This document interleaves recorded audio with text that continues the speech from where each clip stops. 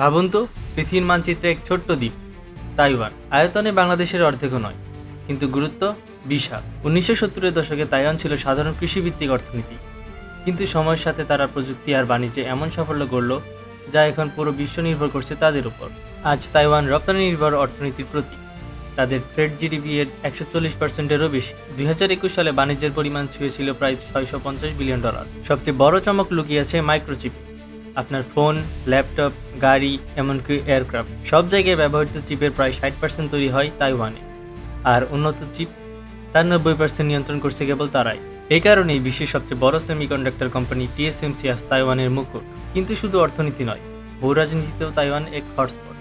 Asia Pacific অঞ্চলের ব্যস্ততম সমুদ্রপথের পাশ দিয়ে গেছে, যেখান দিয়ে চলে বিশ্ব বাণিজ্যের বিশাল অংশ। ছোট্ট দ্বীপ, কিন্তু প্রযুক্তি, অর্থনীতি আর ভূ রাজনীতির কারণে তাইওয়ান হয়ে উঠেছে এক মহাশক্তির দাবিদার।